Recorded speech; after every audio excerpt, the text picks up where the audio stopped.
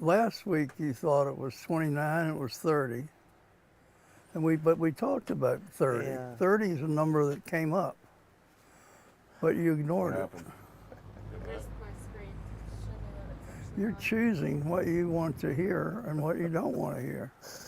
There's nothing we can do with that. I do that a lot. You do.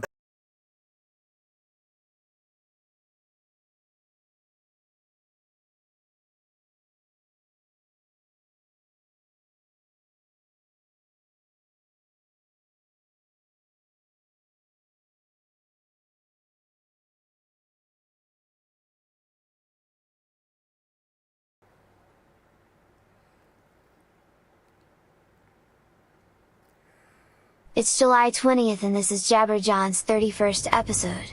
Wish I had a 40 to drink before the show. Anyway, I know I had just turned 16 and lied about my age to enter the army when we first started the show. The recruiter asked me for my birth certificate and I told him my pappy never went to the courthouse because there was no road that ran up to our house and we could only cross the river to get to town during dry season, and I'd seen 18 dry seasons, so I knew darn good and well that I was 18 and I had me some schooling so could sign my name. They put me in the radio division where I met Sergeant Steve Moore and a brash young lieutenant by the name of Nathan who they said sang like an angel. To draw the enemy to our side we practiced bird whistles and talked about home and sang the old mountain songs. By the time we reached episode 15, half the enemy forces had either gone home to hug their children or fled to Staunton, VA, to see if it was true that there were no prettier women in the world.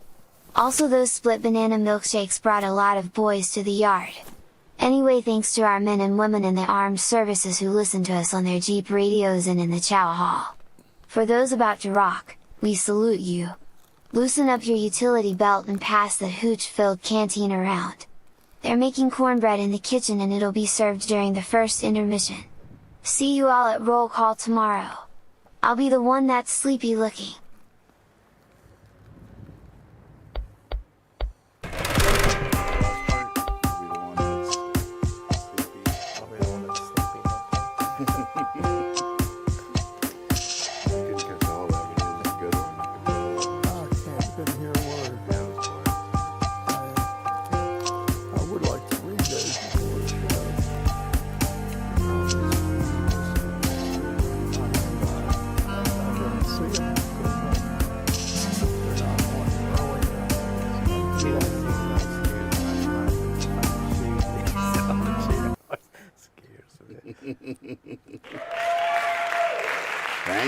Thank you. Good crowd tonight. Good to see you. Hey, I'm your host, Nathan Moore. This is Kyle Hogg. This is Steve Moore. Hello. And you're now watching Jabber John. You're part of the conversation wherever you're watching. I'll see your chats here on our Discord server. So chime in, and I'll keep an eye on that as we go. Good to see you guys. Good to see you, Tim. Good to be here. I've been camping since I saw you last. That's what I heard. I want to hear about it. We left the night after you guys were here and got back last night. Wow. So really, I've been in the woods since I saw you last. Oh, you were gone that I'm long? a different person. Yep. Oh, I didn't know it was that long. We realized. Did you hunt and kill your own food? Oh, absolutely. Yeah. Yeah. We Did you fashioned, get a deer this year? We fashioned spears. Almost got one. Boy, you should have seen that thing. It was almost good that we didn't get it. I don't think it was fully grown. But did it have spots on it? It had some. Oh, you don't want that. We don't think it was fully grown, and it might have been a dog. We're not sure. I would have got it too if Kethra hadn't tackled me around the ankles. Did you get any ticks while you were out there? Not well. I haven't checked. God, thanks. God, I'm gonna be squirming the rest of the show. I forgot to look myself for that. Kyle's that guy that goes around to the campground and asks the women if they need to be checked for ticks. Check you for ticks? And he has a little badge, official tick checker. That's actually a fond memory. I used to love Mom looking through my hair for the tick check. It was so soothing. But last year we realized that it's so much rigmarole to pack up all this stuff and go out there just for the weekend. So we've been doing longer stints now, that's and I really great. like it. So we went, You get a chance to actually feel like you're there. and you acclimate and get into a routine and everything. I bet it feels real good on Sunday when everybody else is leaving and Boy, you're just kicking back. Yep. By Monday, we had the place to ourselves. Yeah. It was packed in there Friday and Saturday. I'll bet. And then, we had This it all time to of ourselves. year. Now, do y'all have favorite camping foods that you make? I'm always experimenting with new dishes and stuff, but I have lots of really fun camping cooking situations. Right.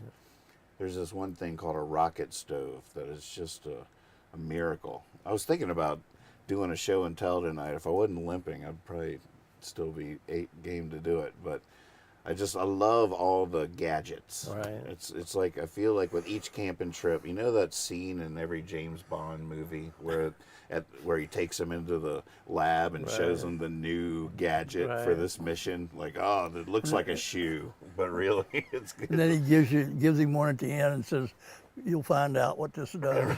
Exactly. in the second half of the movie. Just hold on. Just to don't it. hit that button unless you really need to.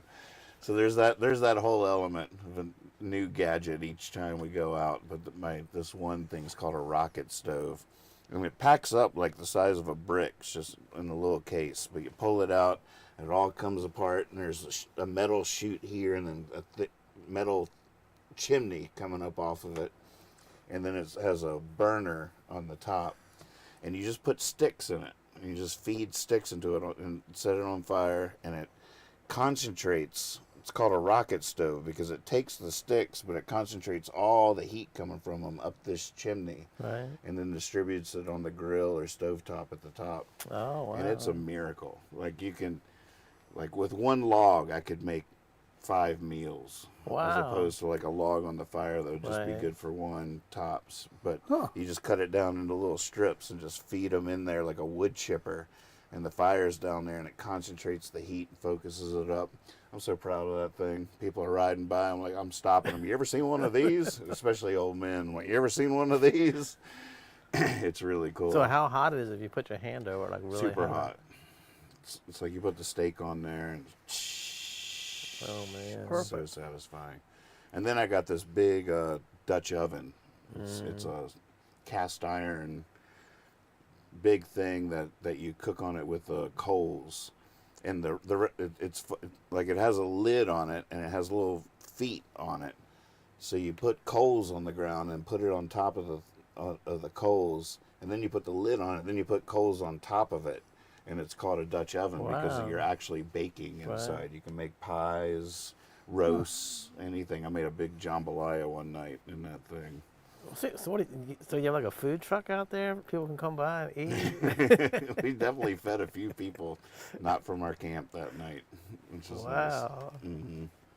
But I like being the camp chef, and experimenting with new recipes and new techniques. Now, do you make big, elaborate, fancy breakfasts?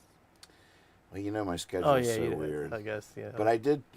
I tried almost- to. I it's try to almost change dark. my Time for schedule a little breakfast. bit out there, and it just happens by nature. A, from the whiskey, and B, from the heat of the day Oh, and stuff yeah. like that. So I definitely changed my schedule a little bit. But I do. I'm usually a one meal a day guy, anyways. But I do love breakfast. And it is fun to cook breakfast out there. Definitely had a good breakfast at Saul and Christiana. By the way, if you're watching, happy anniversary to Saul and Christiana. Oh, happy Happy anniversary. anniversary. They're preparing a feast at home tonight. They went to the Food Max in Harrisonburg. You ever shop there? Oh. It's like an international cuisine grocery store wow. in Harrisonburg, and you go in there and you don't know what half of it is, but Right. you want it all. It's like, I don't know what that is, but I'm It's getting in 5 of them. Harrisonburg. What's it called? Food Max. But they have like all the different cultures and different aisles, and That sounds it's really fun. So they went there Wow. to buy a bunch of food to prepare a feast for their anniversary, but said they would probably be cooking and tuning in while they're preparing their feast. Perfect. Very cool. Or if you're just watching it later, for eternally, this show will be your anniversary episode. Speaking of which, before we move on, a couple just practical considerations. One is I've been noticing wondering about the chats that appear on the video. You ever see that when you're watching it back? I do. Sometimes they cover your face. It comes on my Facebook when I look at it, but I can't respond or anything. No. But like right now, the people that are chatting, it's showing up on the show, which is, I think, nice. On the other hand, sometimes it covers your face until they fade away. If a bunch of them come in at once, it goes up the whole left side of the screen. And two... So you want us to switch seats? I'm just wondering if we should cut it off or not, because there's things I like about having it there and things I don't like about having it there. It's a little distracting. It maybe would be nice to just have clean video for future edits of different highlights and things like that without possibly out of context statements from people watching on the video itself. Well, the part of it that bothers me is that there's not a good relationship between their comments and us right now. Right. And I don't think we have time to, to talk like that. And you're looking down at your phone is not what we want either. So I don't think it's that effective. And at least I would think if you would get your feelings hurt at some point that nobody's listening to us. Well, I'll read them when I go home and everything. But when I'm here, I don't know who is on and who's not. I have no idea who's watching the show. But the thing I'm talking about more specifically now, I mean, I'm still going to keep an eye on the chats no matter what. Oh, speaking of which, hey, you two, happy anniversary. They are in there. Is the chats actually appearing on the video on the screen? Well, who decides which ones do and which ones don't? They all do. Oh, they all do. It's just sort of automatically. But she has a button over there called chat where she could cut it off and it would just be clean video. But then the thing I'd like... still be getting the message. I'd still be seeing them. Even if she cuts them off, I could still interact. Right. But the thing we'd lose is in 50 years, it's sort of nice to see Joe's comment or something. Like, even if it's out of context, just like, oh, they were watching that night. Dana was on that night. Like, there's a little bit of nostalgia in terms of that. Yeah, I like that. So, I don't know if you guys have a opinion on that. I don't think it bothers anybody. Yeah, that that's they what can't I see like my people face having. for a while. I like people having their silent voice out there, shouting into the wind. Right. Well, we'll leave it for now. Maybe we should do like a half hour and a half show, then we'll stop and we'll just do another show just reading the comments from the first 90 minutes. It's not a bad part of the show. Now we check in. Now we go back and watch what you had to say.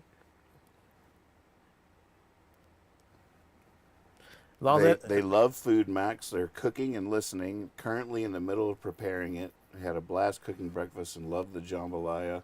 What are you guys having for dinner? What did you come up with from the Food Max? And Kether is in the chat bragging about the fact that we actually pulled off a campsite movie theater the last night. Wow. I got this neat little projector. Oh, talk about gadgets. Bond. That's a projector? That's an actual projector. This is modern day technology. Good Lord. Just screw it onto a little tripod, but just hook your phone or whatever into the little slot in the back and you got a whole movie theater going on. Even has a speaker. It's even a rechargeable battery. So I could cut this thing on right now and it's... Gosh. There it is. Isn't that crazy? That's good. I could have a slideshow going on behind us. Wow. That's crazy. So we watched a movie called The Martian, which I think you would enjoy. It's Matt Damon. He gets you ever seen it? Gets stranded. He's on Mars, by himself. He's up there with a team, and a big storm comes, and they all have to leave, and they thought he was dead. Didn't realize till they got off the planet that he was actually still alive, so he had to figure out how to survive on Mars by himself. It's a wonderful celebration of science. It's one of the things of science. I think that's something you would enjoy about it. He realizes that he doesn't have enough food to last how long it's going to take him to come get him, but he does have potatoes, and he does have all the fecal material from the crew from the time that they had spent up there, and he's a botanist, so he decides that he can grow potatoes. It's a really fun movie. Where'd he get the water?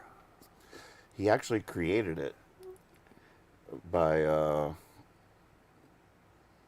that was a whole scene where he had the chemicals that he needed, but he had to create fire to produce the water. It's really fun.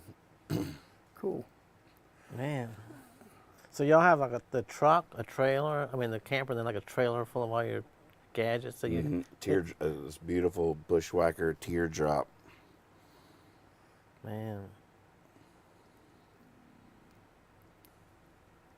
Man, so y'all don't just throw a couple of sleeping bags and a frying pan in the back of the truck? No, and it's the head whole out thing. there? That's our kitchen. Oh my gosh. Man, y'all are good to go. Now, do you stay up late playing music and stuff? I do.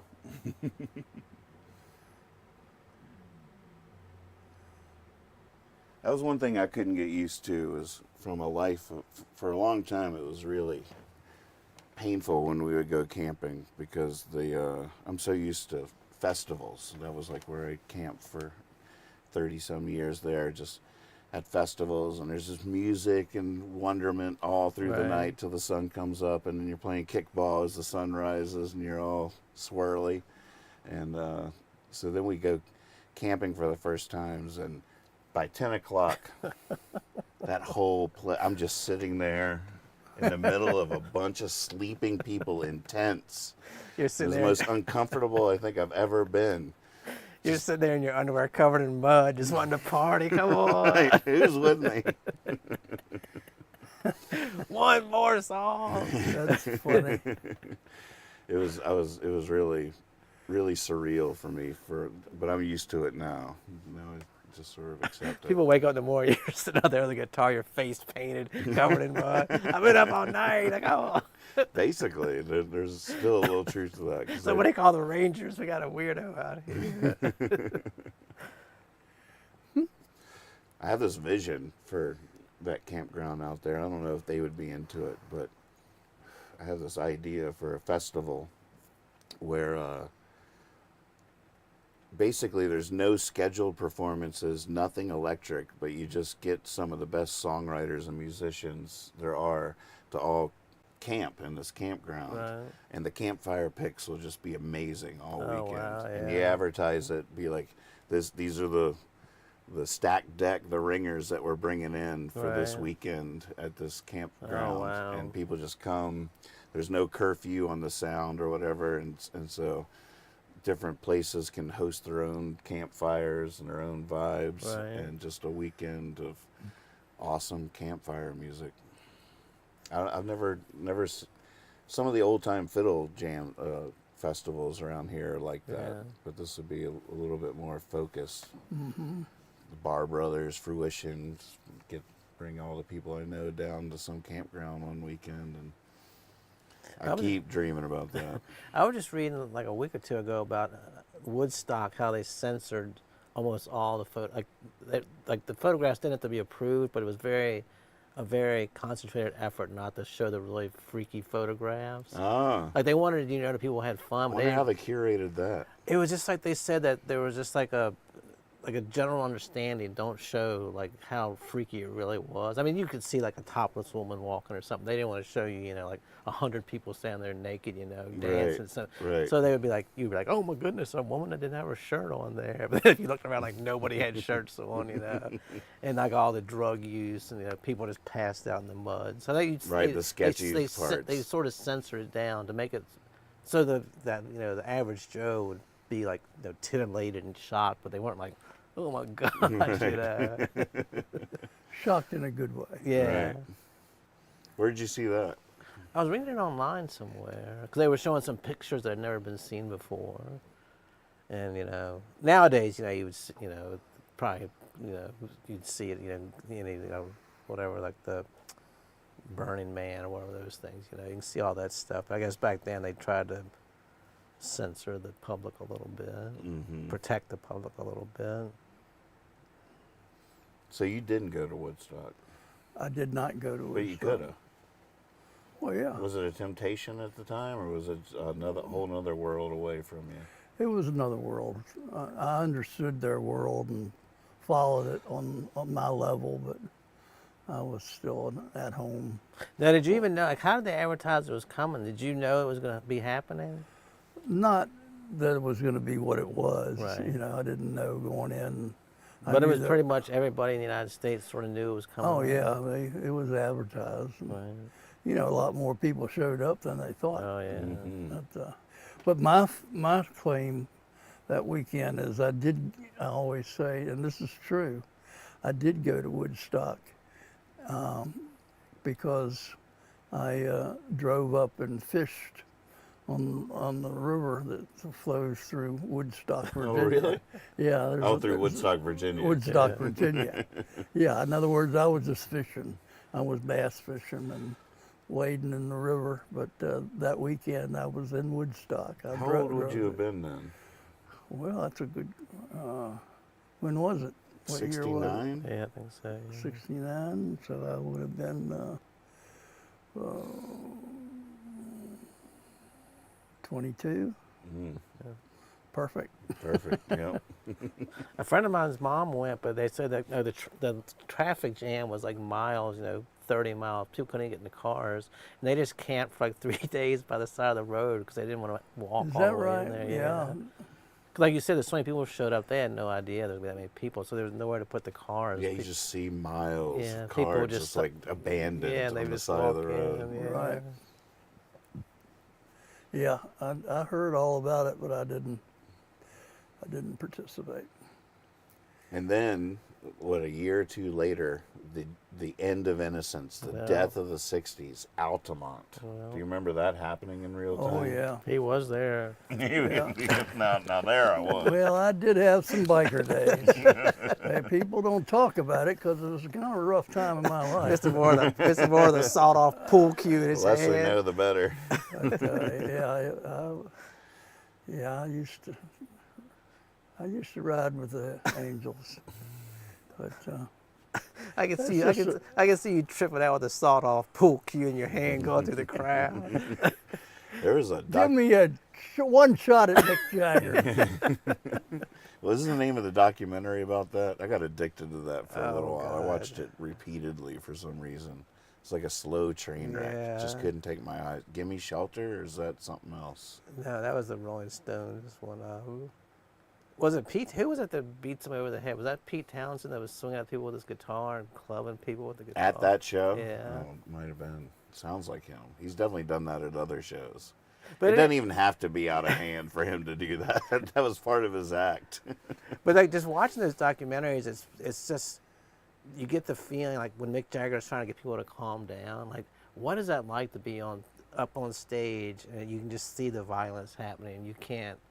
I mean, you don't have any control of it. It's so surreal because there was already all this tension in the air, Right. and then they come out.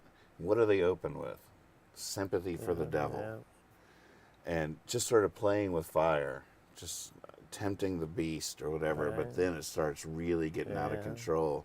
And to watch him try to desperately rein it back in, and his little voice, like, "Come on, people, it's supposed to be about love," and it's just like so heartbreaking. But then skip ahead 20 years, and there's a documentary on Netflix that's a hard watch, but I recommend it, about when they brought Woodstock back in the 90s. You ever seen this documentary? I haven't seen it, but I've seen that on YouTube and stuff. Ooh, now That was even that that was like just a nightmare. That was a wasn't it? complete nightmare. And a very similar story where the bands came on, and instead of quelling the chaos threw gas on the fire, Right. literally, the fans ended up just burning this whole place to the ground.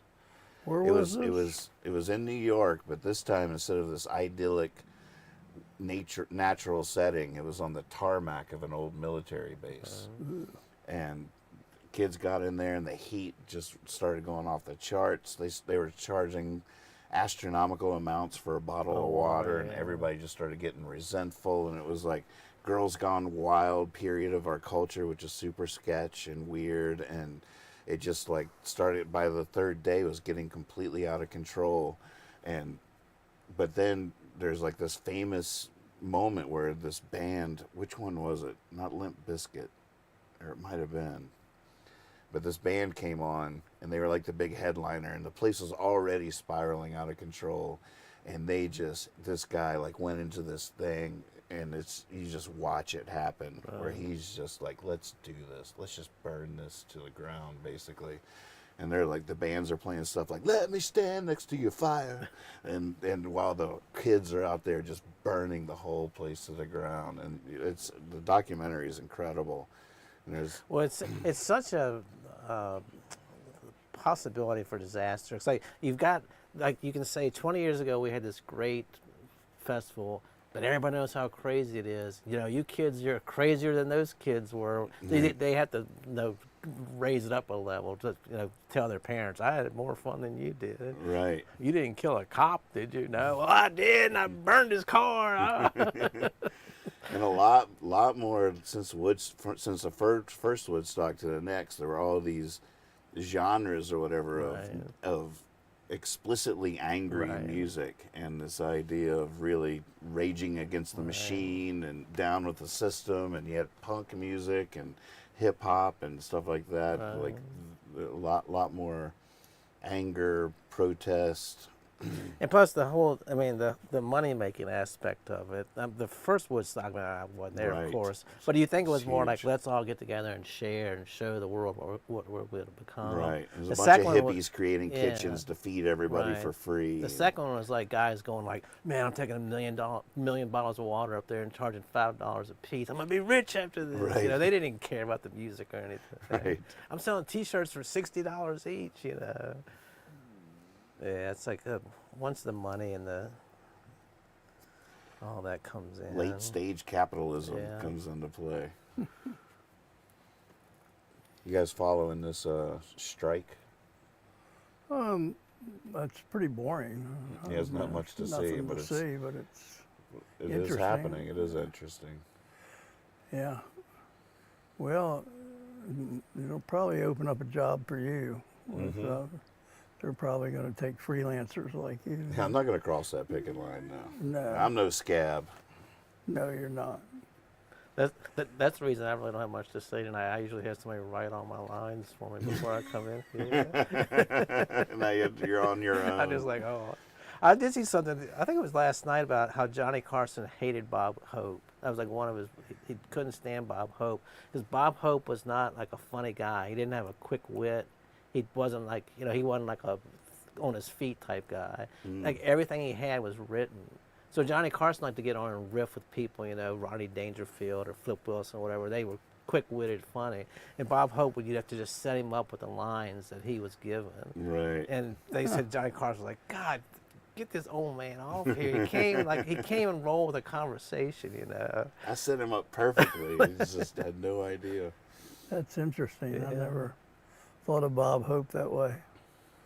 Changed my image of him. Well, they said when he got older, he really didn't even know what he was talking about. He had writers that would write for him that he didn't really even understand, like the 70s and stuff. He didn't really understand what he was talking about. They would have to try to explain to him the political situations or the times, so he would have some clue what he was even talking about. But that's not bad if he's a performer, but he needs a script. He was obviously, people loved him, but he just wasn't going to get up there and deal with a heckler or something. He was just like, wouldn't know what to do.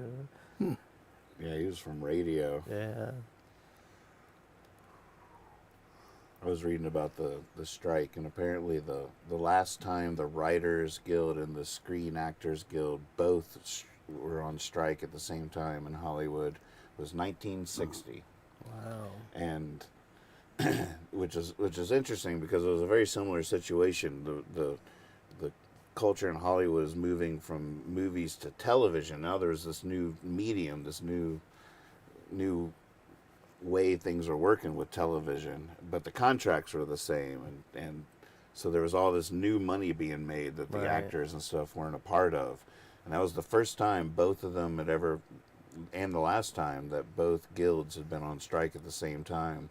And this little interesting tidbit is the president of the Screen Actors Guild at that point in 1960 was a Democrat by the name of Ronald Reagan. Oh, wow. He was a Democrat in 1960, president of the Screen Actors Guild, and Wow. that was the last time. Now, skip to the current day, both are on strike again, and what's going on? It's not television, but now it's streaming. Right.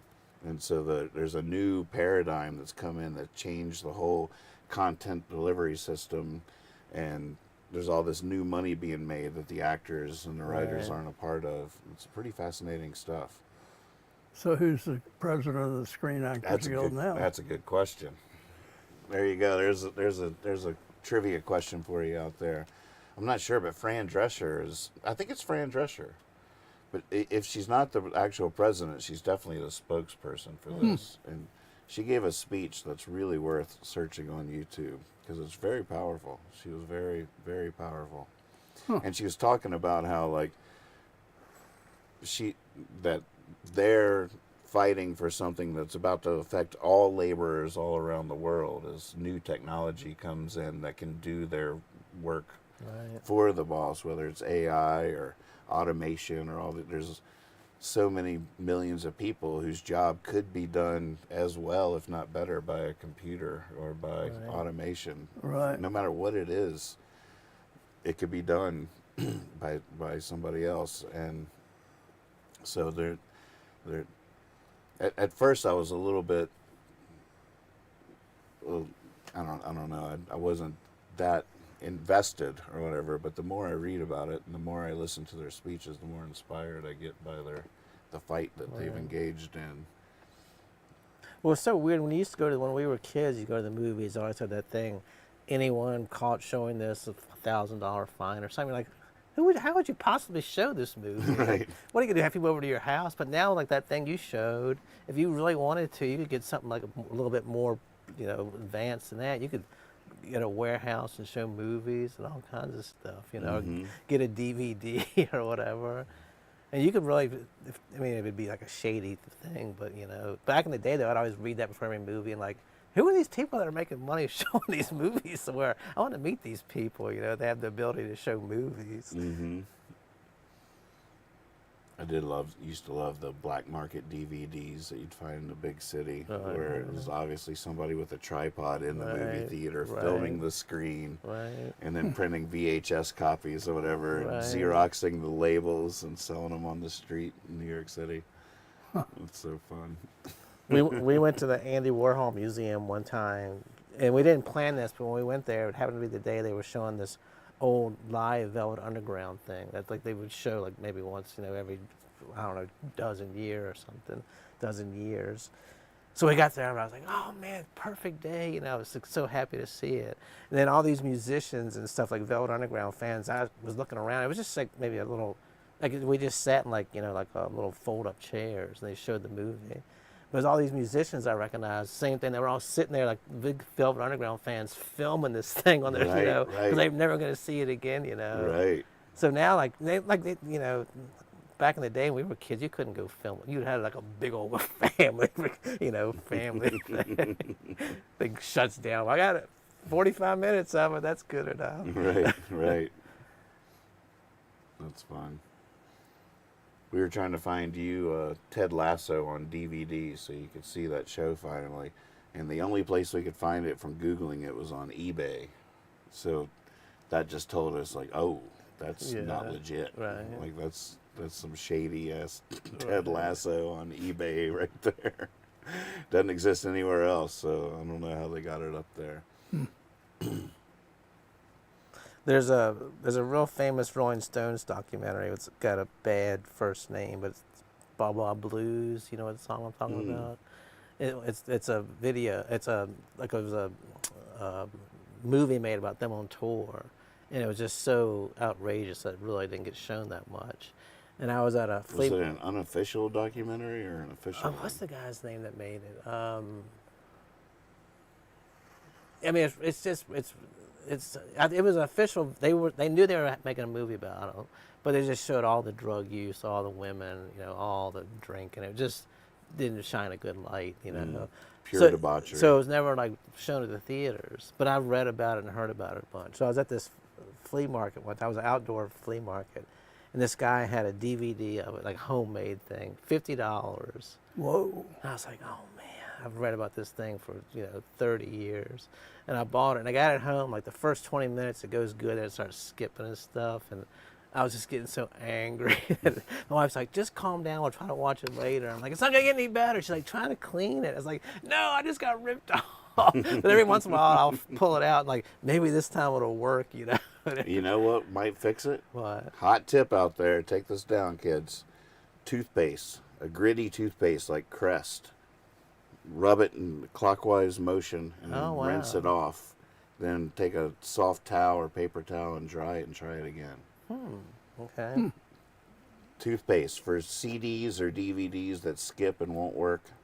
9 out of 10 times that'll fix it. Wow. Yeah. So maybe I wasn't ripped off. I just wasn't caring for my teeth well enough. All right, so I think everybody's been waiting out there, and I'll speak for them, and we'd like to talk about your reading. The reading If assignment. you have done any reading lately, reports or, I'll tell you, my side is that since we were talking about that reading, I realized I hadn't been doing it, and since then I've read one novel and I'm in the middle of 2 others. So You lit the fire under yourself as well. I don't know about you guys, but I've been reading a lot. Well, I borrowed that To Kill a Mockingbird from you and got out there and I did start it on my camping trip, and I also did finish it. Whoa! Woohoo! That's impressive. It was fun. I had not read a book in a long time. That was probably the perfect setting for you yes, to have that. it was perfect. I hope you didn't mind me putting that picture on Facebook. No, it was fine. And but I it was did. cool I because didn't get Kethra's permission.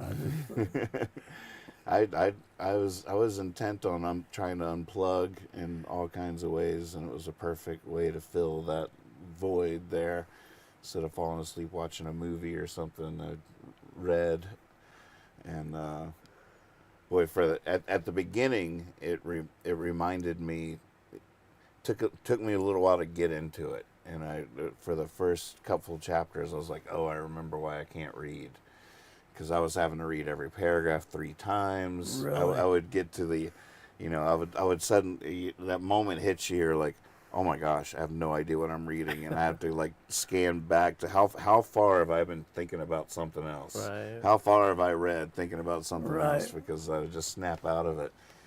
It's almost like meditating, but with a twist.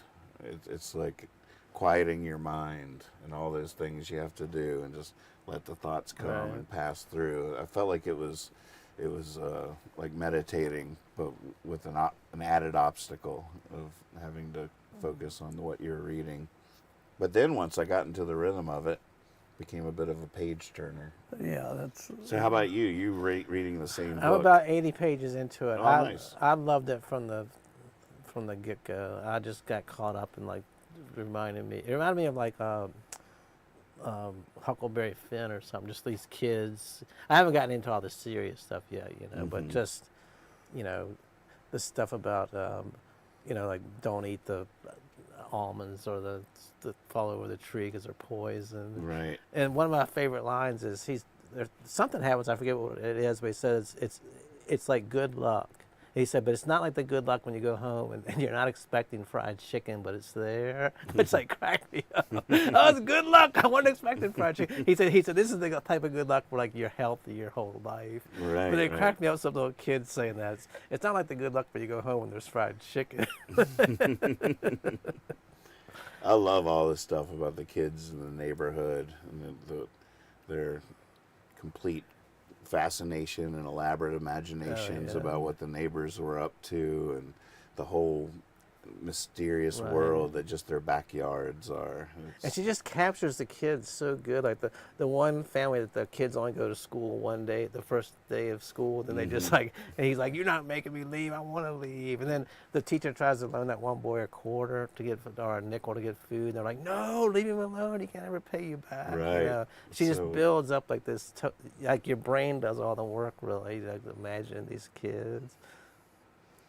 It was funny to read about when cooties were a real thing, like an actual coot, like the teacher freaks out 'cause she'd never seen it before, like something alive was in the guy's hair. Like, oh, mess, that's just cooties.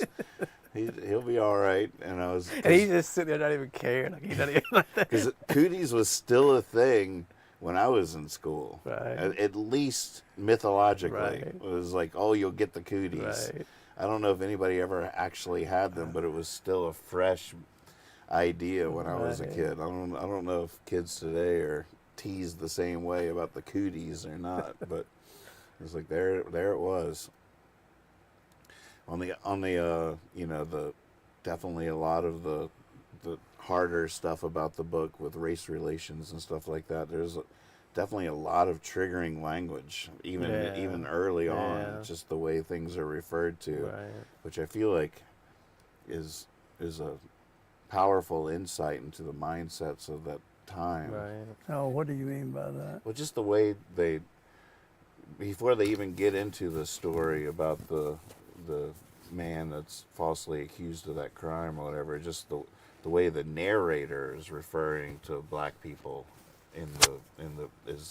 needs like a trigger warning or something. It's just like, whoa. I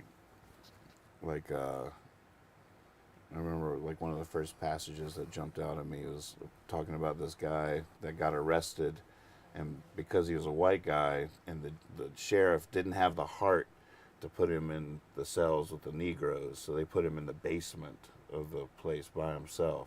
So but just that. Right. Just inhabiting that world where it was just so accepted and so normal that there was a complete separation of things, and it was just hard to hear.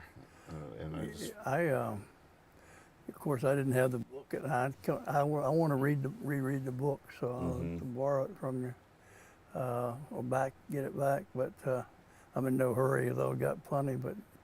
I do want to reread it, but I'm trying to read one now that's difficult because it's about the same subject, and that is Beloved, Toni Morrison. I know what you. I've had the book, but I don't think I've ever read it. But I can see why I might have started it, but it's got a whole lot of very honest discussion about how slaves were treated in the South, and it's really hard for me to read. It is. Yeah. I mean, there's nothing about that makes me feel good in any way. So I have to overcome that feeling to get into the book itself. Mm-hmm. And I felt a little of that. I couldn't get on. I got on YouTube or on TV. I said the name of the book and the movie. I wanted to watch the movie again, and it was I could have rented it, but they just had portions of the movie on YouTube, and there's one courtroom scene, and all the black people are up on the top. And, same in To Kill a Mockingbird. Yeah. Yeah, that's what the balcony. Yeah, the balcony scene. Mm-hmm. Well, those came together. My Right. my reading of that and watching that, it all came together, and you just once again realized how ignorant I was of how bad it was, and how sad it was. This was a period of time that we would treat each other that way. But also, go watch the children. We've changed. Right, we've changed a lot. I mean, that's one of the things that's so hard about reading that book, is that it doesn't have any of the caveats that an author would put in it now, in terms of, I mean, that's one of the things that makes it so powerful, is that it's genuinely inhabiting someone that's just grown up only with that perspective, doesn't know any better, so it's just the way it is.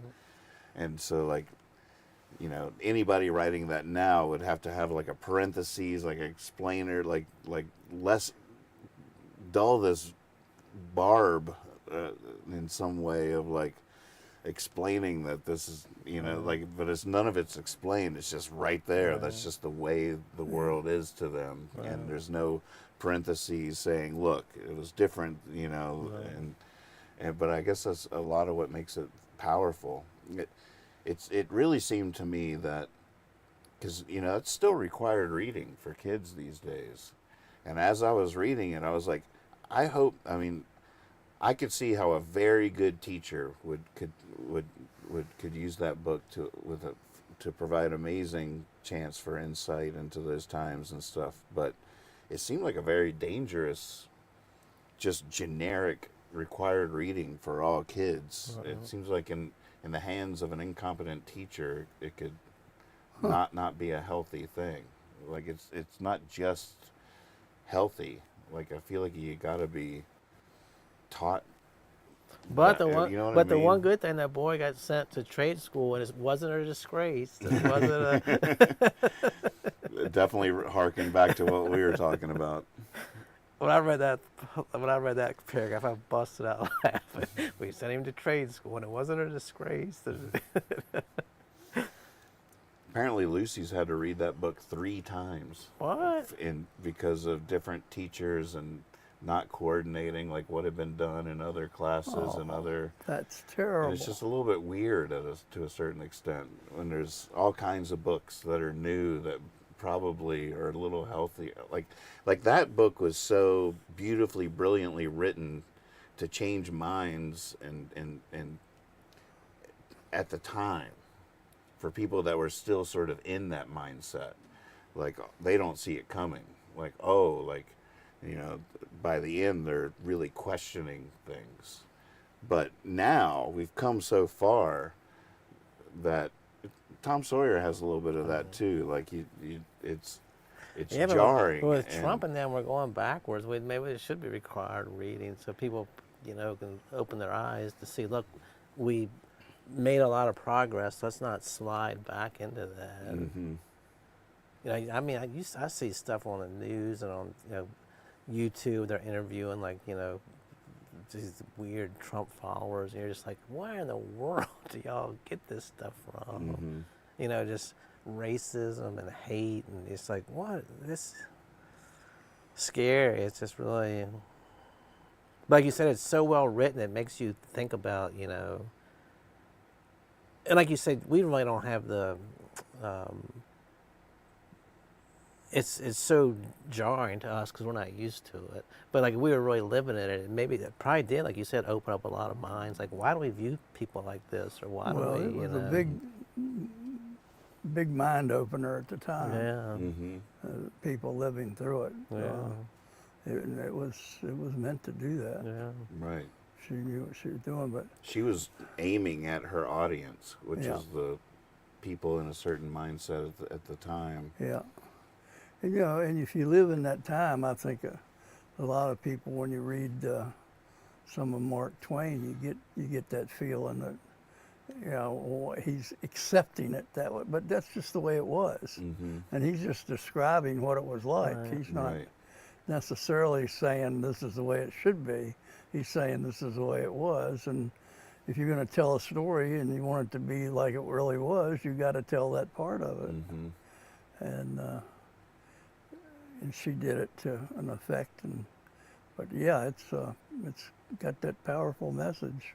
Yeah, I was reading an old interview with her, and she said, like, she basically just her goal was to write like a small town love story, and didn't know it was going to have, she like first time author didn't really, she didn't know it was going to take off like that. She didn't really have these, Right. she had a vision, but not like a global vision that Right.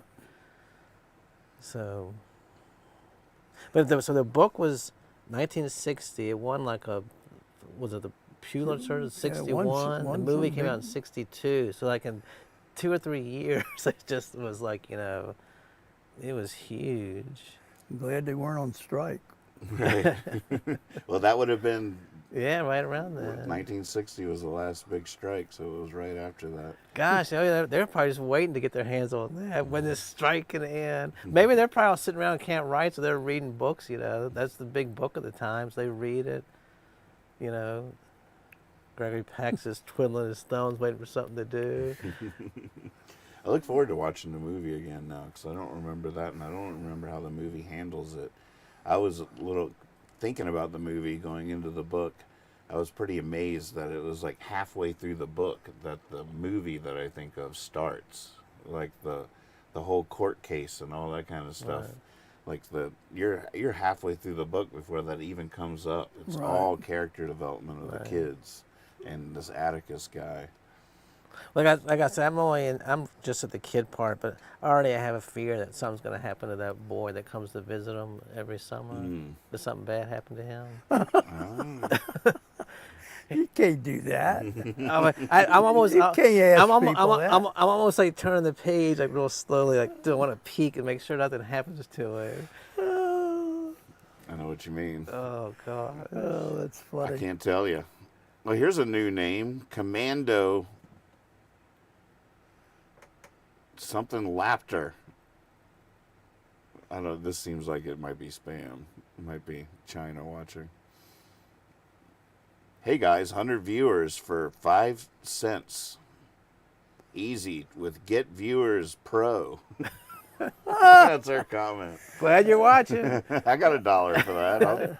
I'll chip in $1. That's exactly who we don't want watching. You know what I say to people like you?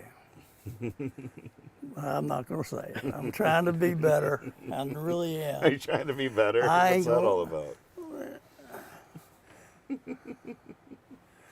I don't know, something about the horse you rode in on, too. Let's end it with that. And the horse you rode in on, too. Now, we might have already talked about this, but what do you think about reading Shakespeare like you when you're young, don't really know what's going on in the world? You think Shakespeare's above the average high school kid's experiences, or they should be able to like? I feel like that, like it's so cryptic that the teacher can just decide which parts of it she Yeah. explains to you what it means. Well, It's like- when I was in high school, I loved reading, but I was like, you're killing anybody that's not a reader's enthusiasm to read, because the only book they've opened is Shakespeare. They're like, what is this bullshit? And they thought, give them a book that they might actually enjoy. Right. You don't raise kids like escargot and eat this and sauerkraut. Like, oh, I'll never eat again. They just sit in the corner and starve to death. It's a good Good point. analogy. I like it. Yeah. I agree. I have never understood him. He uses a lot of weird words. And it's like He sure it's does. adult feelings and adult, as a teenager you're still just wound up. He's you have to have lived life a little bit to even get the nuances and the beautiful things. Like it's the beauty of the world that you don't really realize till you get older. Well, you have to have an old, usually white female English teacher tell you what the words mean. Yeah. Well, that's why they do it. They create their own job description. Right. But they don't know all those words in those books you want us to read. Right. Because those are new words. They are good with old words. So did you take any other books with you, or just To Kill a Mockingbird? I realized I couldn't read more than one at a time. I think that's very appropriate to do. I had completely intended to do 2 at the same time, but just to mix it up. But no, Was there a cell phone service and stuff out there? there was. But I was pretty good about not not abusing that. Trying to unplug purposefully. Right. Cut myself off a little bit. But not too bad. I still read the headlines in the morning. Just to make sure the world was still turning out there. I have a pet peeve that I want to express at this time. All right. It has nothing to do with anything except your allusion to Shakespeare. I'm a Jeopardy fan. Always have been since I was a baby. I can attest to that. They brought the crib out and put it in front of Art Fleming at the time. Oh, wow. I go back before Wow. Alex. And of Well, I course, didn't even know it was a show before him. there was an Art Fleming before Alex. And what has always bothered me is the categories. And one of the category that's a pet peeve of mine is the royalty of England. Louis the 14th, no, that's France, I guess. But, you know, Charles the First, what year did he, right. what did he reign? Who was the king? Who was it a king? They have kings? Yeah. Oh, yeah. Yeah. Who was the king and queen when this war happened? And I'm saying I am an American, and I don't really care about a damn thing about your English history. Right. I remember the part about you coming over here and killing all the Native Americans and taking our land. Right. And you know, I remember a lot of those things, but I don't want to remember them. But I certainly don't care anything about your royal Right. degrees. And why Jeopardy people think that's something you ought to know is beyond me. Right. It has no function in the world anymore. So get rid of it. Don't ever ask me when Charles I was King of England. I just saw a question on Jeopardy. What was the first day of the 20th century?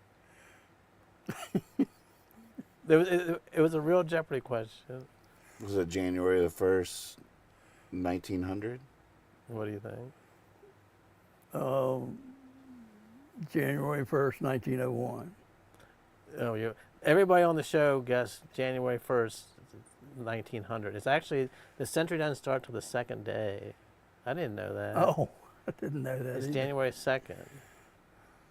That's I mean, because it was Alex Trebek's second show, and they all had different amounts of money, and they all bet everything. So they all guessed January 1st, 1900. So it was, and Alex Trebek was like, "Oh, this is not a good start to my career.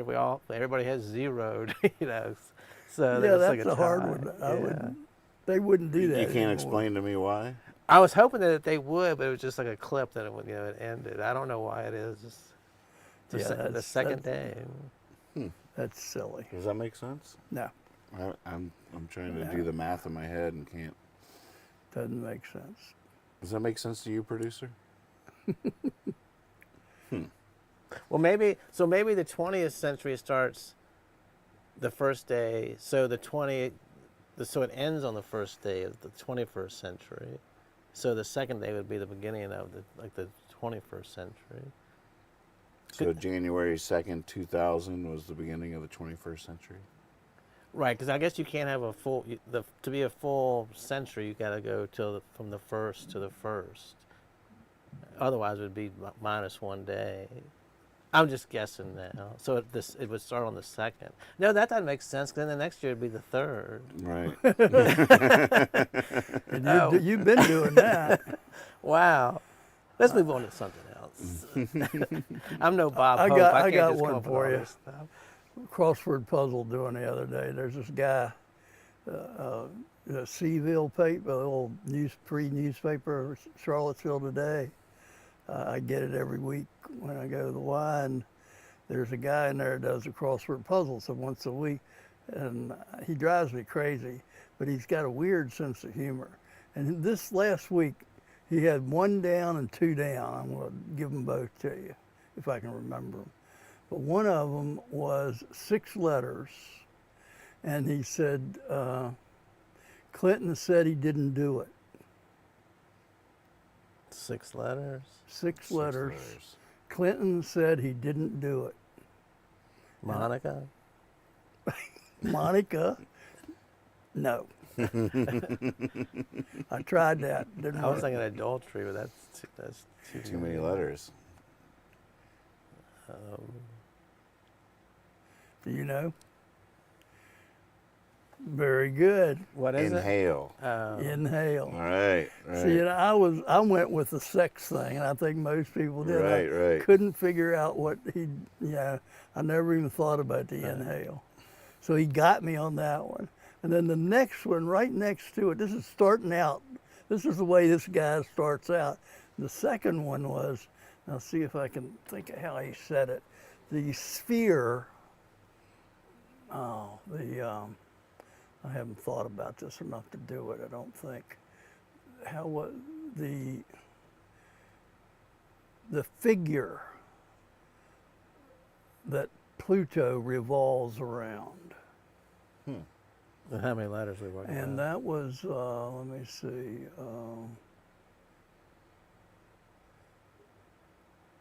5 letters. 5 letters. It's not the oval I was thinking of.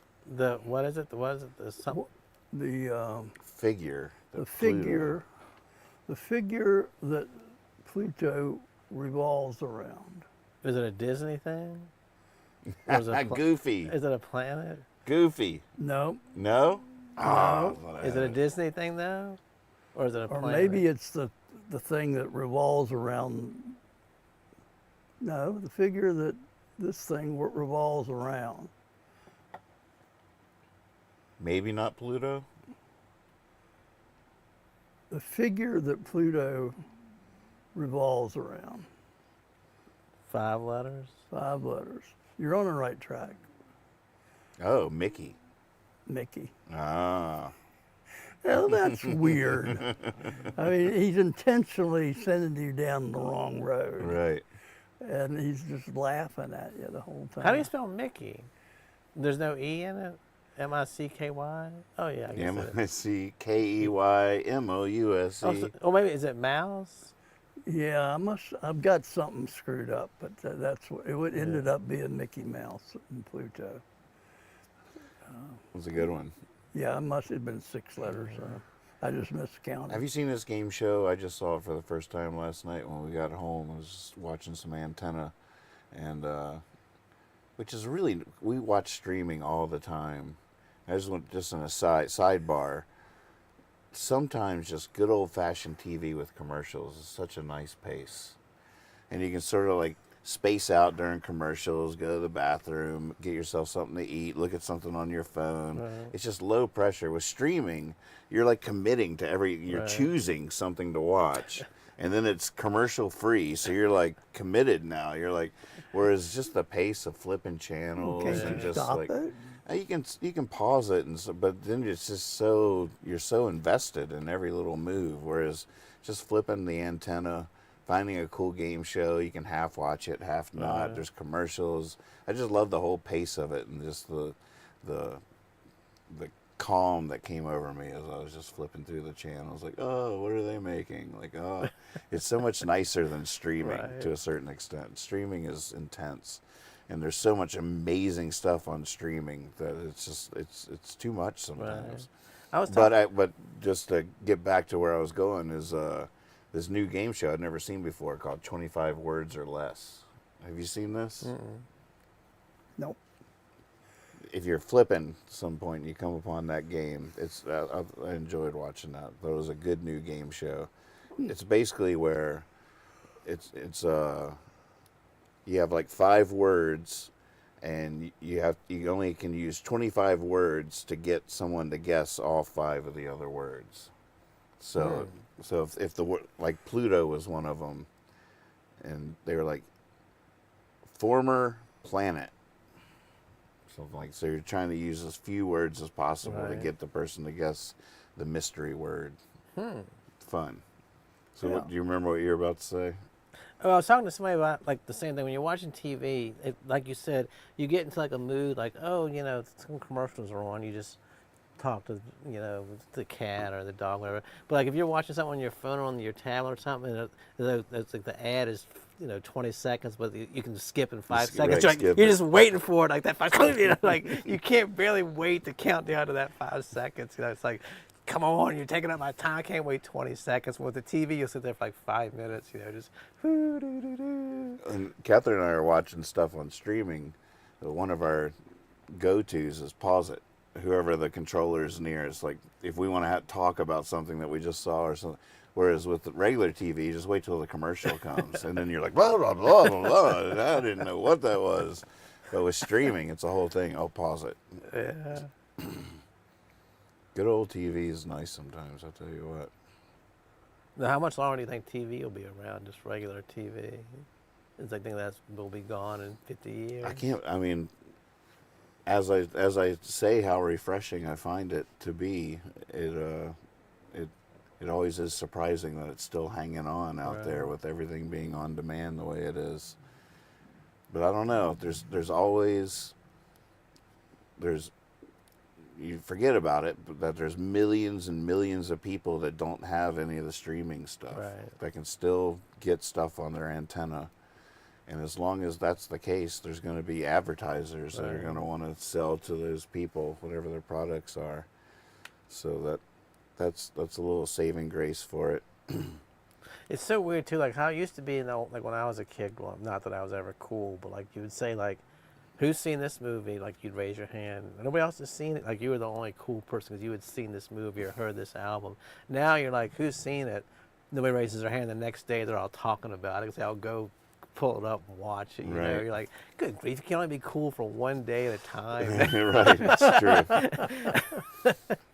Even the most bizarre thing you could think of, you'll never find it. People come back, oh, I found it on this. I ordered it. That reminds me of a scene from the To Kill a Mockingbird book. You probably read this part. I think it was in the first 80 pages, but I loved it. When they first meet the kid that you're kind of worried about, it's a valid concern. Let's just put it that way. It's a valid concern. What's his name? God, now I can't remember. Bink. Oh, yeah. Bink. Oh, yes. But they meet this kid who they live in this small town where nothing ever happens, and here comes this kid from a city who had seen movies, and they were like, "Oh my God, what movie did you see?" And he was like, "Well, the last one I saw was Dracula," and they were like, "Oh my God, tell it to us! Yeah, tell it to us." And so he got to tell him the whole story of Dracula like he was an oracle, like he was a wild traveler, and they were hanging on every word as he described this movie to him. And I was just like, "Nah, see, that's awesome. That's beautiful," because he immediately had this amazing magical knowledge that only he was privy to, and there was no chance for them to go YouTube it or anything like that. Like, he possessed that knowledge. And what an elevation of his role and worth out of the gate. I mean, they don't really say this, but from the way it's presented, they know the story of Dracula. Like, I don't know if they've read it or just heard, but he was just describing it in like a moving picture type of way, images. Right. And they were, like you said, they were like, couldn't believe. Yeah, it was so palpable. And it was like, oh my God, that's so cool. Yeah. He's so psyched to have this knowledge, and they are so psyched to receive it, and just that's something that that these phones have taken from us to a certain extent, because it is true that it's the only way to find out certain things is to run into the person that knew it. Yeah. Well, even performers now, I'm sure you've probably seen performers that would get up and they would like, I'm gonna do a cover song, like some song you've never heard before. You just fall in love with it, and then you have a couple of beers. And you wake up the next morning. Who did you say that song was by? You can't remember. You're just like, oh my God, I'll never hear it again. Now there's somebody in the thing. They just have that thing that identifies the songs. Like, oh, I've got it. On the way home, we'll listen to it again. Don't worry. Go ahead and go to the bathroom. We'll listen to it on the way home. You know. Like those moments were just like you had to like really pay attention, or it was just lost. You would never, like 30 years later, like, wait a minute, this is that song Nathan did, back in 1999 or something. Yeah, something about the magic of individuality is sort of lost. The gatekeepers, the secret information. But I guess now we're more there's more kindness and hippie sharing now. Mm-hmm. What did you just say? Now we can all share in the same experiences, sort of, Well, instead of. that's true. Yeah. But then you're like, people say like, oh, you don't even know what the movie's about. You don't know what the song means. You just like, sometimes it annoys me, you know, like this movie should only be seen by certain people, you know.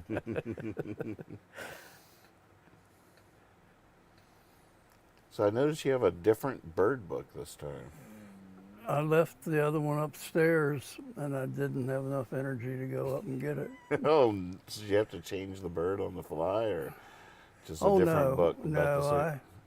I had the bird, and I took the book upstairs and read. And when I came back down to get ready to go, I left it up there. So I just picked this up. It does have a picture in it. Of this week's bird. Yeah. You know, it's funny you mentioned that. 'Cause when I saw you sitting on this porch, I was like, that book looks different. I mean, I didn't really stick in my mind. It's interesting because it's the same author. Oh. It's a Sibley. This is the bird book he put out years ago, and he is the portrait. He's the artist. That's so amazing. Look at that. So, but this is just his bird book, and I had it on the shelf for years. Do you know anything about his progression with that? Was he a painter that just loved doing birds? And I have no idea. what, I don't know chicken anything. or the egg? Yeah. Which came first there? No, I don't. But you know, that whole Audubon was the same way. What do you mean? Well, he was an artist. Oh, His that's picture. a guy? Yeah, John Audubon. He came here to do art to portraits, and then he got totally into being a bird guy When was he? in the 1800s. Like before Yeah. photography was really Oh yeah. Yeah, he was early. He was. Now, have you ever seen one of the books? They're like huge, aren't they? Like, aren't the Yeah, pages they're- like They're famous. I mean, he became, he went back to England and became famous over there Yeah. for his pictures of American. People hadn't seen the birds before. But Well, there's a big stir too that people say, well, he killed every bird that he painted. Like, so he killed one damn bird, but he got a great painting out of it. Like he didn't make anybody extinct or anything. He made them immortal. Yeah. He didn't kill that bird. He made it eternal. He Yeah. immortalized that bird. yeah, I don't think killing one bird's a problem. Yeah. But I've read things that people have, he killed each of those birds he painted so he could, mold it or. Well, I made that illusion a while back about the ivory-billed woodpecker they're thought to be extinct, and the last few hundred, a lot of them were killed by ornithologists taking samples for their museum down in Louisiana. Right. I saw one. There he is. That's the last one. That's the last one. You just killed the last female. Before I forget to ask you, remember those topographical maps you used to have? Yeah. Where do you get those? Or do you still have those? I have a lot of them. I have them somewhere. I have them, I'm probably have Augusta County or something, but I used to have all kinds of them. I want to I don't know wallpaper the inside of the teardrop with something interesting, and I was thinking maybe those old topographical maps. I'll see what I got. Where do you think you'd find one of those? That's a good today? question. I don't know anybody you could go to a place and buy them just off the shelf. Is that what? No, I think I ordered them from Virginia map people. I don't know, whoever does Maybe that. online I could still find them. Oh, I bet you could. Just hit topographic maps. But the U.S. Geological Survey, they put them out. I'm sure that you could order them. Yeah, But you might still have some of those old ones somewhere, huh? yeah, I got all kinds of old stuff up there. All right, so today's bird is not a bird that will come to you. If you see one of these as your bird feeder, I'll be totally impressed. So they're not bird feeder birds. Okay. And I saw one this past Saturday. Oh, wow. I used Oh, out of Trinity, at, Frank's at Mill? Frank's Mill. Wow. And I used to brag when I lived at Frank's Mill that he was my most common bird because I could see him every day, and that's a kingfisher. Oh, the kingfisher. What a great bird. And what a great bird. So the belted kingfisher is the one we have around here. They just have such a personality. Look at the way they look like cartoon characters. Yep. They called the belted kingfisher because they have a brownish belt Oh my gosh. That is across their crazy. chest. They have a white breast. They're blue. They have a cockscomb like a cardinal. They have a top knot. Let me Which show looks a little bit like a crown. Is that Like maybe a- how it... Yeah. I don't know about the kingfisher part, except that they're great fishermen. But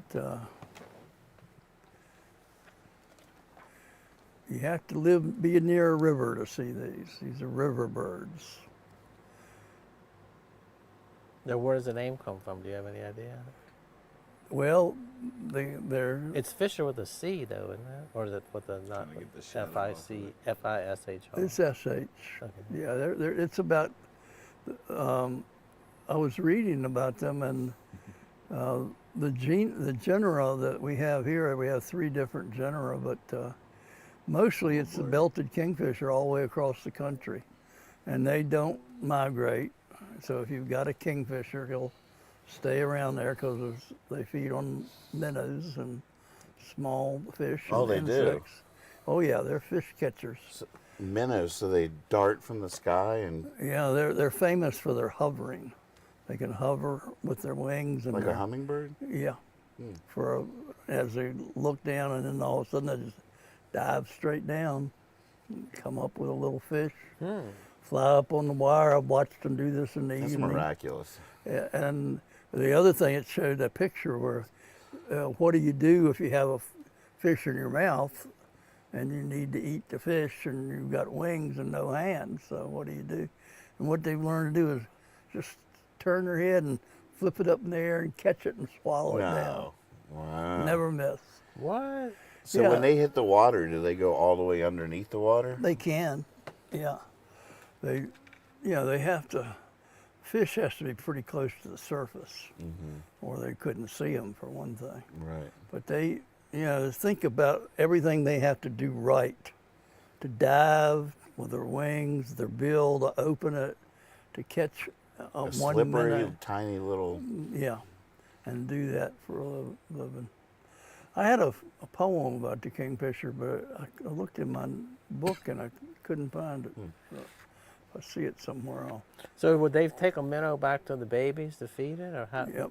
Oh, really? Oh yeah. Well, a lot of times birds like that will swallow it and it'll start digesting and they'll regurgitate it back up. Baby birding.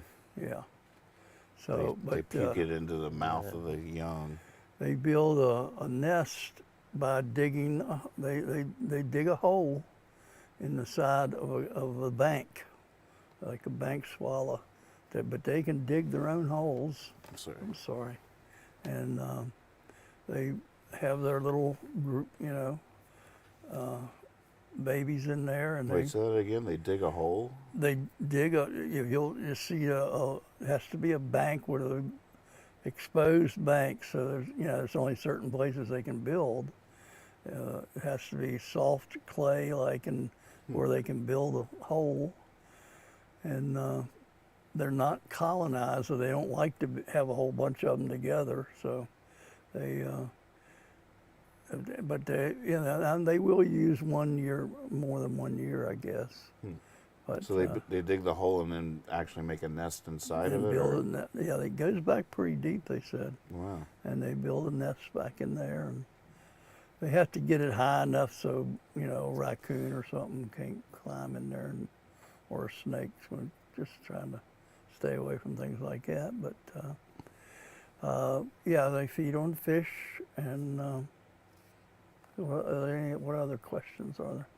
They're about the size of a midway between a blue jay and a crow. They're a bigger bird than some, but they're not as big as a crow. But they've got that top knot, and they'll fly up and down the river. And that's what I saw when I was out with my grandchildren. Frank's mill, he just came straight down. They can go straight or they can do this, but he was just on the way to somewhere else. And then they have a call. You know the call of the kingfisher? Well, that's On it. a squawk. So if you were living out there, you might that bird would live its whole life sort of near where you live. Yeah, that could be the same bird year after year. Oh, wow. And they have their territories, and yeah, So what do they do during the winter? same thing. They just But they don't do it as often because they're not moving around as much, but they can still catch a minnow when they need to. Wow. And the fish are less active in the winter too. Yeah, right? there's not as many in there, but they're also schooled up, so maybe in some ways it's easier. But, yeah, I've watched them many nights go home, and there's certain places they can get on a tree or a telephone wire where they can see the water, and they're just looking, waiting, and for somebody to make a mistake. Wow. So you probably, if you lived in the city, you'd never see one, right? Probably not. I've seen them over at Lake Tams, Okay. but that would be the only place Right. you would normally see them just flying around. Right. They're always near a river or a lake, body of water. They're definitely fish eaters. Now, isn't that weird that somehow a creature that flies was created that only eats something that lives in the water? Well, it is interesting because I was saying that most of the species, there's 300 some species of kingfisher. I'll tell you what's interesting. When you can get on YouTube and get these music things that show pictures of birds Right. and soft music. Well, there's some of them that are nothing but kingfishers. And I don't even know about the music, but the kingfishers have so many different colors. I mean, you could have a whole book of kingfishers. Right. But the ones in Africa and Asia and Europe are all different colors. But they're not fish eaters. Oh, wow. The only fish eaters are in England and Europe, and What? England and here. It's how they evolved Right. differently. But I don't know that they have in South America. I didn't read if they have kingfishers. But there's like 300 genuses, and only 6 of them in the United Right. States. But they're still called kingfishers. It's a kingfisher family, but they all probably have a kookaburra. You ever heard that? Mm-mm. You ever heard that term? I've heard it, but I don't know. The kookaburra is a type of kingfisher. Kookaburra, K-O-O-K. The calls they have on this app are too quiet to hear, but that's a pretty good picture of one. This must not be on autofocus.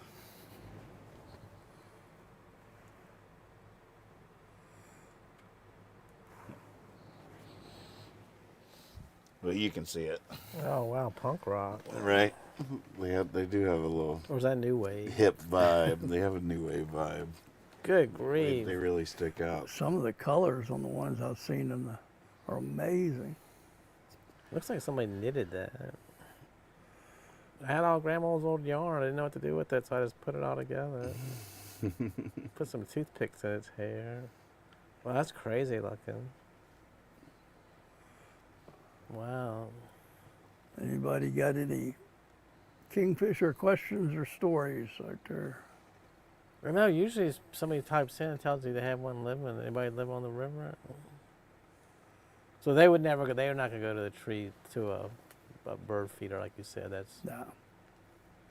How about if you had a pole with like a fish bowl on the top of it? Would they go to that? That's a good question. I don't think so. Do birds use smell? Birds do use smell.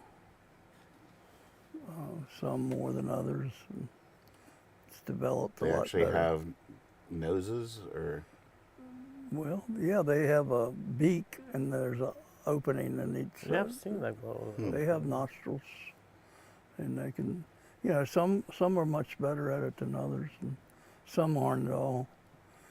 Like a buzzard doesn't smell. They didn't. They don't want to smell you dead. Exactly. You don't want to do that. You don't want to go there.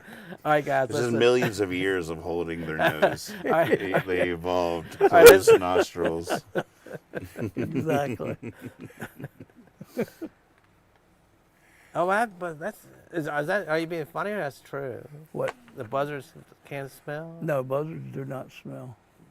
What in the world? How does all this Why stuff should happen? they? I mean, there's nothing to be gained. But how do they find dead stuff? Well, that would be a good way to find it by smell. Well, that's a good point. But they use vision as the most.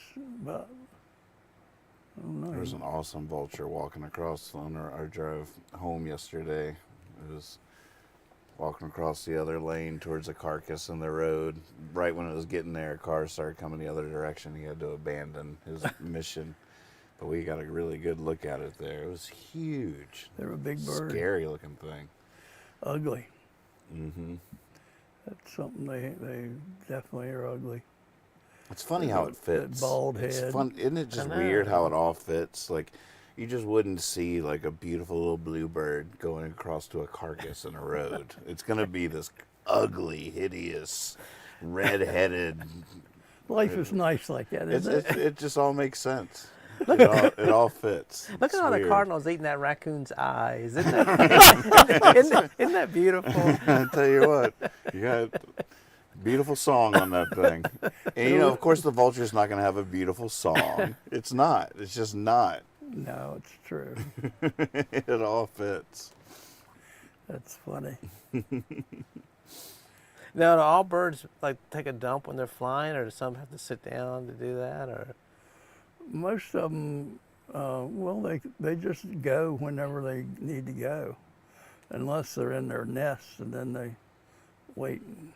But I didn't know that when the baby birds use the bathroom, it wraps itself in it forms a sac around it, and the adults can pick up the sac and get rid of it. We learned that because I Y'all took are getting my new crazy. camera and put it on a tripod outside of a birdhouse on our porch that had a nest in it.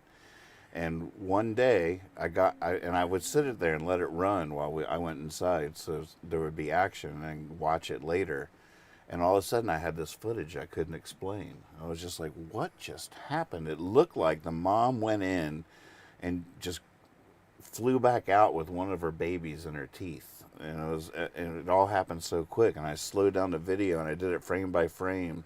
And it still looked a little bit like that. It was like Right. this little amorphous little blob or whatever, and then upon my research found out exactly what you're talking about. It was a that- fecal sac or something. I just read that recently. I wouldn't have known that either. It's unbelievable. It's like a little bag of their That's waste crazy. that they. Take your trash out, hurry. But you can imagine what it would be like in there otherwise. Exactly. They would just Exactly. eventually. And I never thought about it. Never before thought about it either. do the birds pee too, or they don't Well, I think it's all the same. It's just a liquid. waste? But I feel like there's an interesting reason why it's white too, but I can't remember what that is. I don't know. White and black. I don't know. Not my car. I usually a little bit of white with a big red berry or something. It's looks like somebody. It's a little something extra on my car windows. I guess. Just for you.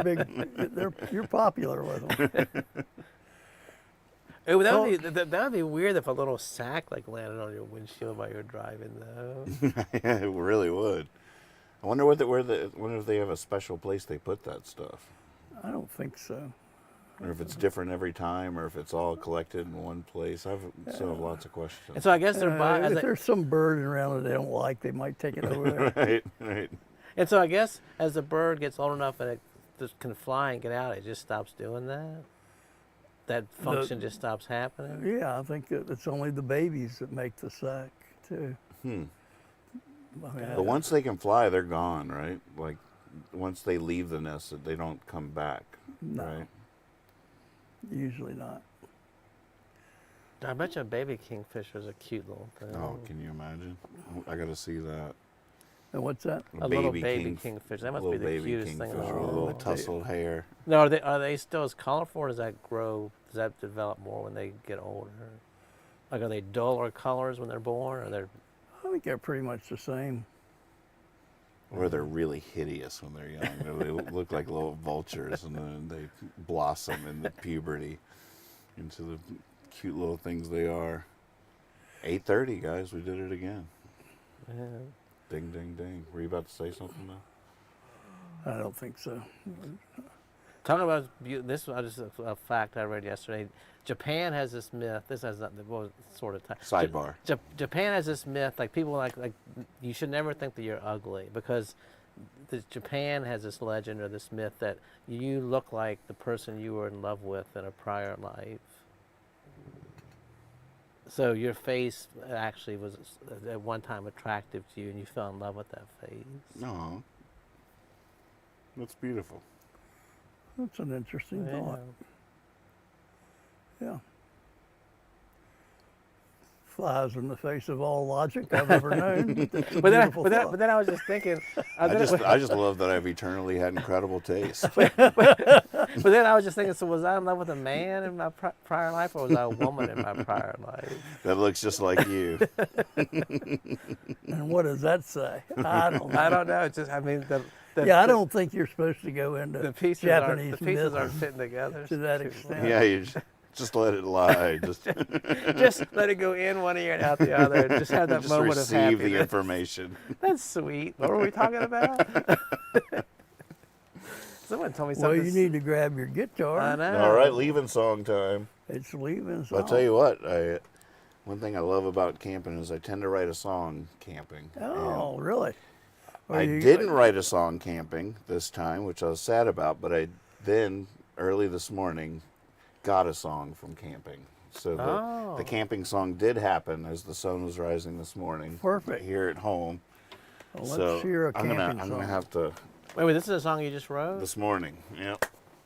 Inspired by our camping trip. What it used I'm to, gonna have to What it cheat. used to be called when MTV would have a first time. What was that called? I don't know, the debut with Yeah, well, remember they'd say at 8 o'clock tonight, you know, the new Michael Jackson videos could be shown. Or, I think it might sit there.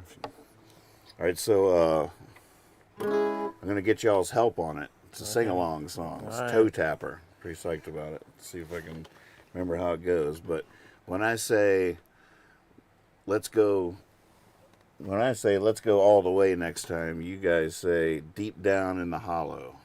So I'll be like, let's go all the way next time, deep down in the hollow. Let's go all the way next time, deep down in the hollow.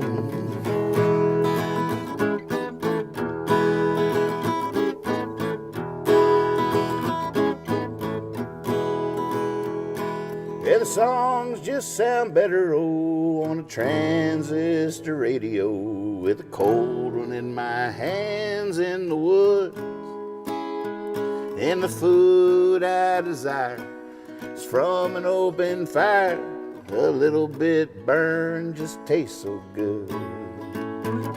Well, let's go all the way next time, deep down in the hollow. Let's go all the way next time, deep down in the hollow.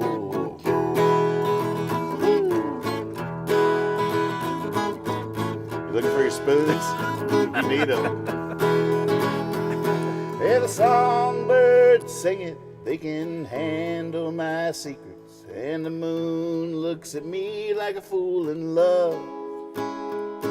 There's just something about the crickets that choir past the fences that seems to come from above.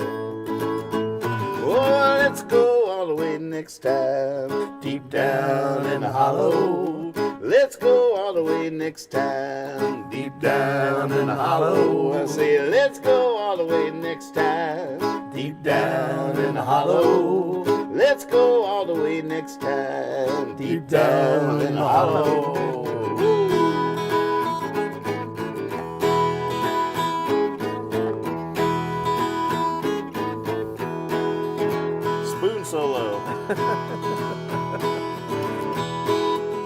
Back to the crackles in the creeks and the grass beneath my feet, to the sudden flowers and the busy buzzing of bees,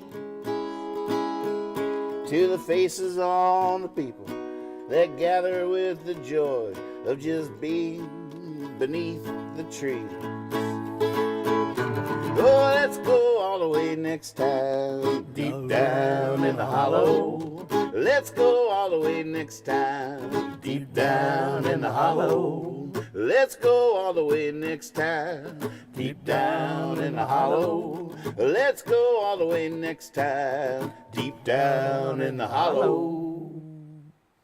Awesome. Very Thank you so much. See you next what time. what was the line about coursing over the fence? That's beautiful. What was it? The crickets are coursing over the. What There's is it? just something about the crickets that choir past the fences Choir. that seems to come from Oh above. man, that's beautiful. The songbirds sing it, they can handle my secrets, and the moon looks at me like a fool in love. There's just something about the crickets that choir past the fences that seems to come from above. Oh man. Very nice. Very Thank you.